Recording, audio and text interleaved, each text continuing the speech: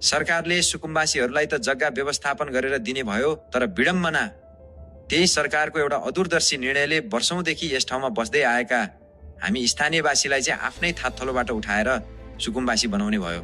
हामी विकास विरोधी होइनौं, विकास त हामीलाई पनि चाहिन्छ, तर विगत 70 वर्षदेखि खोलिएको यो मार्ग अहिलेसम्म पूर्ण रूपमा दुईतर्फी समेत सञ्चालन हुन सकेको छैन।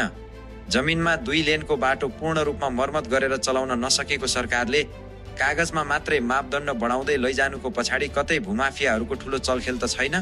कुनै ठोस रणनीतिक आवश्यकता र भौगोलिक सम्भाव्यता बिना नै रचिएको यो नीतिगत भ्रष्टाचारको खेल त होइन भन्ने शंका उठ्नु एकदमै स्वाभाविक छ।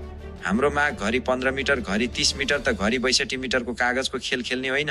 यो पहाडी भूगोल सुहाउँदो र स्थानीयवासीहरूलाई मर्का नपर्ने गरी दुईतर्फी रूपमा सहजै गाडी आवत जावत गर्न सक्ने उचित मापदण्डको राजमार्ग पूर्ण रूपमा सञ्चालन गरिनुपर्छ।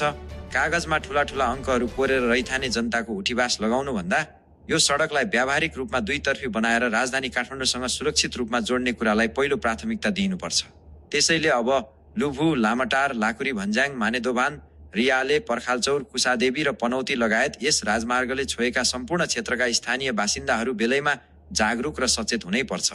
खेतीकिसानी गरेर दूध र तरकारी बेचेर वा वैदेशिक रोजगारीमा पसिना बगाएर कमाएको सम्पत्तिलाई कसैको स्वार्थका लागि शून्य बनाउन पाइँदैन।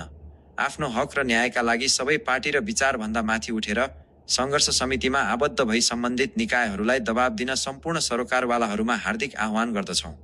हाम्रो माग स्पष्ट छ। विकासका नाममा जनता विस्थापित हुने 62 मिटरको विनाशकारी मापदण्ड खारेज गरियोस् र 70 वर्षदेखि अलपत्र परेको यो राजमार्गलाई तत्काल भूगोल र स्थानीय आवश्यकता सुहाउँदो मापदण्डमा पूर्ण रूपमा दुईतर्फी सञ्चालन गरियोस्। यो लडाईँ न्यायको लडाईँ हो। आउनुहोस् हामी सबै मिलेर यस भिडियोलाई धेरैभन्दा धेरै लाइक, कमेन्ट र सेयर गरौँ ताकि हामी पीडितहरूको आवाज सम्बन्धित निकायसम्म पुग्न मद्दत पुगोस्। धन्यवाद।